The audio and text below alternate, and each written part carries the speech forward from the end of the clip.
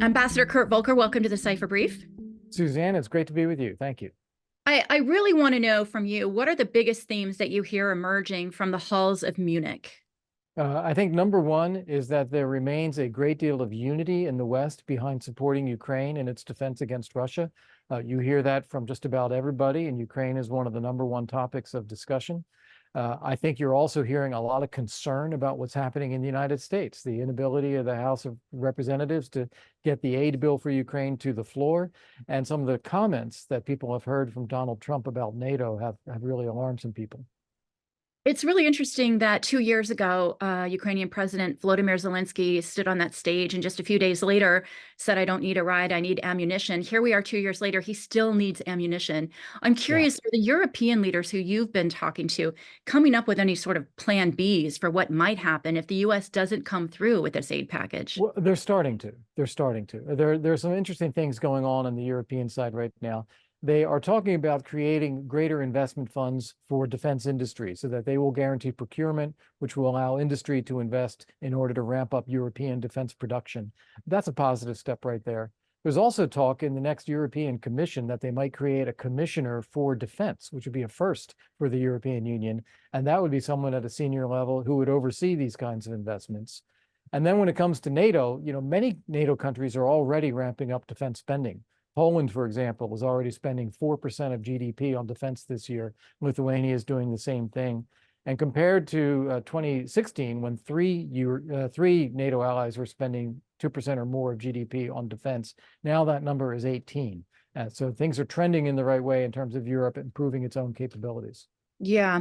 Some of the other issues that have come up, obviously, the announcement yesterday that Alexei Navalny, the Russian opposition leader who had been jailed, had passed away.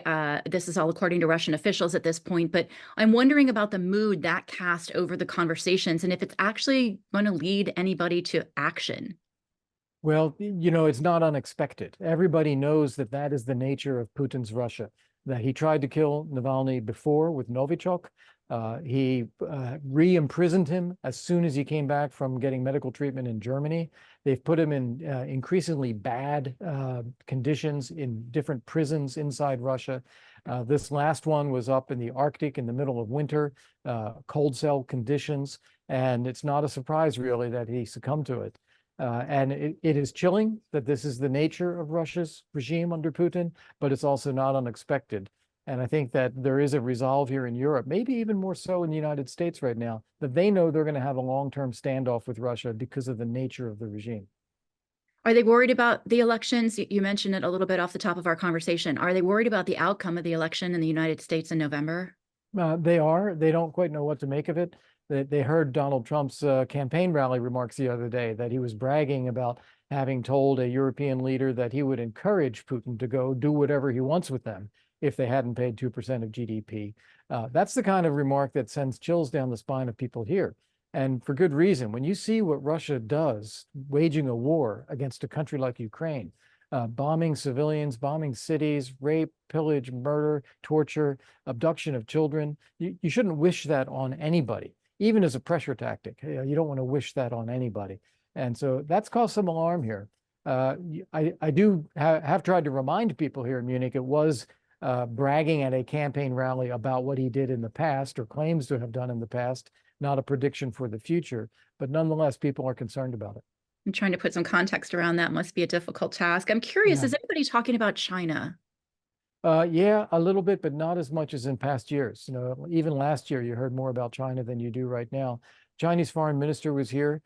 He talked about wanting to play a role in brokering peace in Ukraine, feeling that they have a channel with both Russia and Ukraine. I don't think that's going anywhere at the moment because Putin is not interested. And there is a concern about Chinese tech, and you do hear that in the corridors quite a lot. And some countries are taking some greater steps on that. Were there any wild card issues that came up that you just didn't really expect to be talking to folks about while you were there? Um, not really. I think this is all kind of in the realm that we thought we were going to be talking about. Russia, Ukraine, a little bit of China, NATO, and where we go with NATO, particularly as we head to a 75th anniversary summit in Washington this July. But the Navalny thing came out of the blue in terms of the day on which he died, but no one is really surprised by that either. Yeah, I would think that it would just kind of rally folks around the kind of brutality that we've seen coming out of Russia. I'm curious, what are your key takeaways? So, for those folks who weren't lucky enough to get one of those tickets and be in Mhm. some of those conversations, what are you taking away from this particular event? Well, actually, I was very impressed with the American congressional delegation that came here. It was led on the House side by Congressman Mike Turner, led on the Senate side by Senator Dan Sullivan and Senator Sheldon Whitehouse. They showed a lot of bipartisan unity about support for Ukraine, a lot of confidence that the aid for Ukraine would eventually pass because it enjoys such bipartisan support, a lot of reassurance about U.S. commitment to NATO. So that was very impressive to see because, the media reports the most extreme remarks and reports the most hysteria. But when you actually see the congressmen and senators here and their engagement with interlocutors in Europe, they were a very solid presence this year. How are they accepted? Because if you do just read the headlines, it seems like the United States is truly a country so deeply divided that it's difficult to know what's going to happen in the future. Are they, do you think, touching base with sort of the context that these conversations are having below the surface? Well, I think that the U.S. presence here was a bit reassuring. Personal contacts with people who are actually in the process, like these senators and like these congressmen, that is reassuring to a lot of our allies.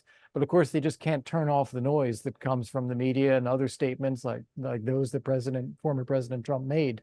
There's always a little bit of concern under the surface there, but I think it did some good to show a sense that we've still got this.